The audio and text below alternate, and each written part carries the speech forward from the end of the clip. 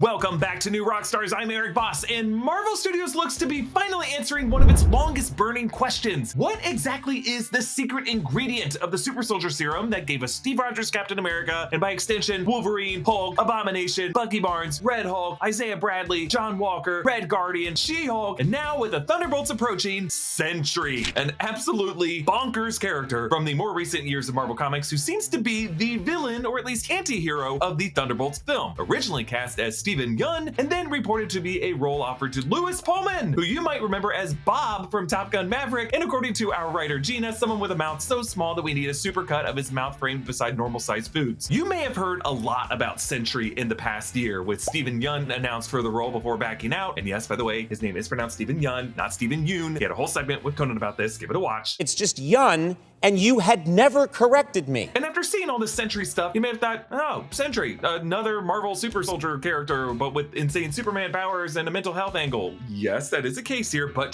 trust me, there is a lot more to this character and in what Marvel sees in him that makes Bob from Top Gun Maverick a very exciting Bob Reynolds Sentry. Sentry could be the missing piece of where Marvel's Supersoldier Serum really came from. And what I believe the truth is pretty horrifying. Hey, New Rockstars is doing a live show in Los Angeles on February 15th at Brain Dead Studios. It's one night only. Tickets still available in the description. So the news that Pullman is being considered for Sentry was actually first reported by scooper Daniel Rickman last week, and since confirmed by outlets like The Hollywood Reporter. Sentry was created by Paul Jenkins and Jay Lee, released in September 2000. Essentially, they wanted Marvel's version of Superman, not necessarily in values because they already had that with Captain America, but rather in power set. But in terms of his personality, they wanted an over-the-hill guy struggling with an addiction who had a tight relationship with his dog. So Rick Veitch, who co-developed the character, had the idea to market the character's introduction as a figure from Marvel Comics from back in the 1940s, like a creation of Stan Lee and Jack Kirby, with versions of this character drawn in that older art style and old school dialogue, but that due to some cataclysmic event, everyone in the universe forgot about Sentry's existence, including Bob Reynolds himself. So the Sentry #1 opens with Bob just waking up in bed as an average, overweight dude battling alcoholism and struggling with his mental health, just trying to get through the process of taking his dog outside. But this first issue flashes back to these memories of this whole other life where Bob was a superhero named Sentry in past eras of history, someone who had taken a super soldier serum 1,000 times more potent than the one given to Steve Rogers, giving him the power of 1 million exploding suns. His power set is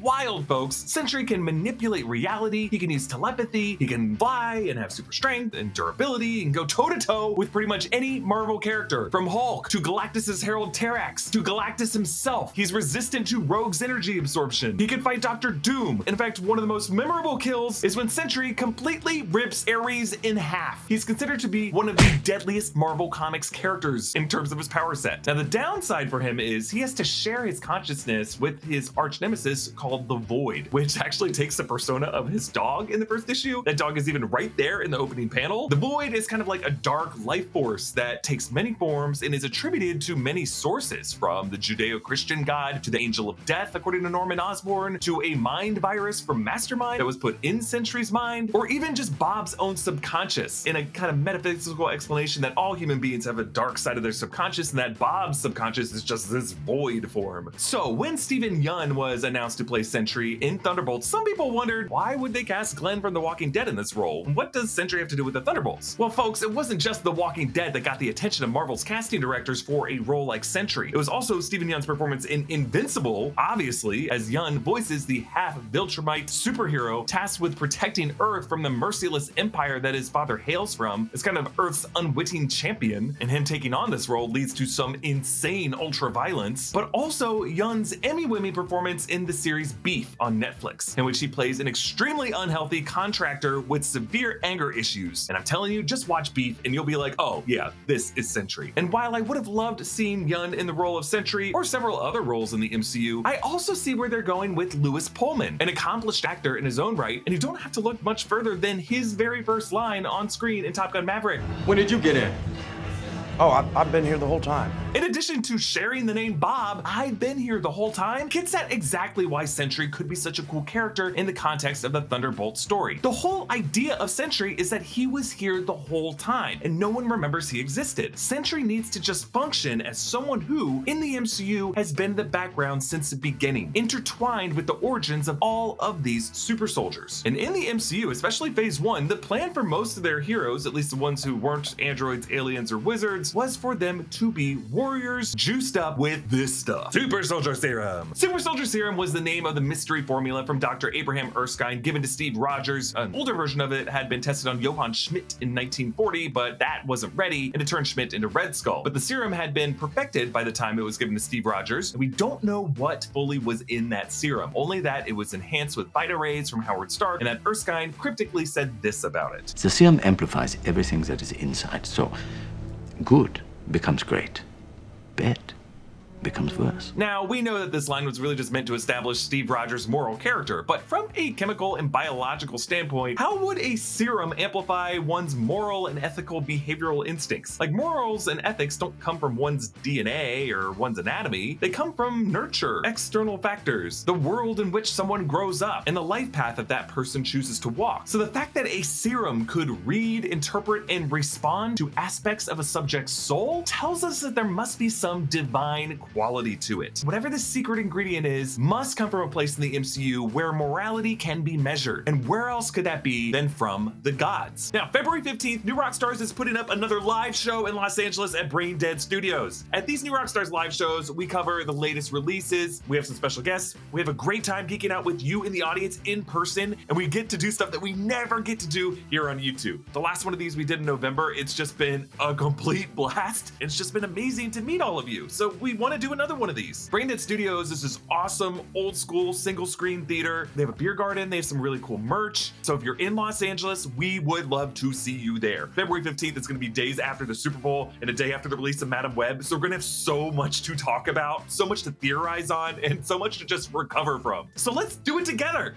You can get a ticket by clicking the link in the description or by heading to dice.fm and searching for New Rockstars. Tickets are limited, so grab yours now. We'll see you in person on February 15th. In the past, I know I've theorized that the secret ingredient in the Supersoldier Serum could be the heart-shaped herb of Wakanda. Like the same thing that empowers Steve Rogers could be the same thing that empowers T'Challa. Season 2 of What If even confirmed that Howard Stark received the vibranium for the prototype shield as a gift from T'Chaka's father. Perhaps other Wakandan resources were shared with the Project Rebirth team. Alternatively, we could look at Odin, who is known for having worthiness charms, and with Hela in What If Season 2, a mercy charm. With the serum, Schmidt was looking for godly power like what he admired in Odin, and we should note that the serum and the Tesseract are the same blue color, and the Tesseract gave Cohorty a special power in What If. This godly magical cocktail was what several years of Weapon Plus experimentation would try and fail to reproduce. Steve Rogers was Weapon 1, and Wolverine, of course, was Weapon X, Weapon 10. Isaiah Bradley, introduced in The Falcon and the Winter Soldier and expected to return in Captain America Brave New World, was also part of Weapon 1. Weapon 4 was Theodore Salas, aka Man-Thing, whom we meet in Werewolf by Night. Weapon 6 is Luke Cage. Weapon 7, Frank Simpson Nuke, both characters that are now technically MCU canon by Marvel Studios annexing the Netflix series. And yes, while Weapon X is Wolverine, the success with Wolverine spun off Deadpool in X-23 and X-24, whom we meet in Logan. Now, Bucky Barnes received a different version of the Supersoldier Serum from Hydra, and it was suggested that Red Guardian received a less effective version of the serum from the Russian government. Hydra scientists continued brewing their own version of the serum, and that's the versions that were taken by the Flag Smashers and by John Walker. Bruce Banner and Emil Blonsky were part of this same Weapon Plus program, as Thaddeus Ross used Erskine, aka Dr. Weinstein's serum, with Stark Industries Vita Rays. And when Ross inevitably becomes Red Hulk in Captain America 4, he will be part of that lineage too. And She-Hulk, by receiving Bruce Banner's blood, is also a recipient of this whole super soldier tradition. So Sentry would really join all of these Marvel heroes, and I think they're going to introduce him in order to reveal the possible origin of the Supersoldier Serum, what made all these characters so godly. And I think it's why Val Val in Thunderbolts is putting together this particular lineup of super soldiers in order to stop Sentry. So in the comics, Sentry gets a special version of Steve Rogers' serum that is 1,000 times stronger. But in the Age of the Sentry miniseries, it suggested that the Sentry is really an entity that comes from another universe, seeking a new home, and it uses the serum as kind of its conduit. And that is really what makes Sentry's serum so crazy, giving him cosmic level abilities and the ability to stop Galactus. So what would be the MCU version of this? I think the pieces are already in place in the MCU, and this could be what finally answers some of the more nagging questions we've had in the recent era. I think Dr. Erskine's mystery ingredient and the heart-shaped herb share an origin, and like vibranium, these were all gifts from outer space from the gods. That meteorite that struck Wakanda was what scattered vibranium and enriched the soil of Wakanda with minerals that allowed the heart-shaped herb to grow. But remember, there was something else before the vibranium meteorite that struck Earth from space, the celestial seed that eventually grew into Tiamat inside of Earth's core. I actually speculated that that could have been the same meteorite that hit the Yucatan Peninsula 65 million years ago and created the Gulf of Mexico, and in the MCU established Tlalocan, which is off the base of the Yucatan Peninsula, and that event could have given Namor's people their own version of the heart-shaped herb and minerals that they used in their tech. So I believe that vibranium's origin was the Celestials. Their bodies may even be made out of a form of vibranium. The Celestials are Marvel's gods, and they gave Earth this advanced unnatural mineral in order to expedite their eventual exploration. Earth wasn't meant to keep any of this stuff because Earth was gonna be destroyed. It was just all gonna be part of a cleanup operation. But the Eternals stopped this process and screwed everything up from the Celestials' perspective. So that is why I believe we are seeing rumors and speculation that the corpse of Tiamat might finally come back into the MCU and factor into the Thunderbolts plot, and some speculation that this corpse might be a supply for adamantium in the MCU, because we would be talking about a mineral from the gods, and adamantium is an alloy of vibranium. I think this mineral is a gift from the gods, and it found its way into the serum that was given to Steve Rogers, and a more concentrated dose of that given to Sentry. Like, I think we're gonna learn that somewhere on planet Earth in the MCU is a deposit of a special mineral water, a kind of celestial fountain of youth, and the one that Erskine found is what led him to perfect the serum that he gave to Steve Rogers. I don't think it's crazy to say that all super soldiers, either ones with the serum or ones enhanced with vibranium or adamantium in the case of Wolverine, all of these guys are really blessed with the powers of gods, because that would explain why Steve Rogers was able to resist Thanos for a moment before Thanos used the stones on him in Infinity War. To inject Supersoldier Serum into one's bloodstream is to literally harness the power of gods, to play God oneself, and to allow the godly power to puppet you after deeming your moral character to be worthy. So I think in Thunderbolts, we're gonna learn that the cataclysmic event that affected the world's memory of Sentry was the emergence of Tiamat. Sentry would be a kind of Celestial's human champion on Earth, Arisham's avatar, the way Black Panther is the avatar of Bast, and Moon Knight is the avatar of Khonshu. Sentry isn't the guardian of Earth, he is the guardian of the Celestial's authority, and that will make him view Tiamat's corpse as his turf,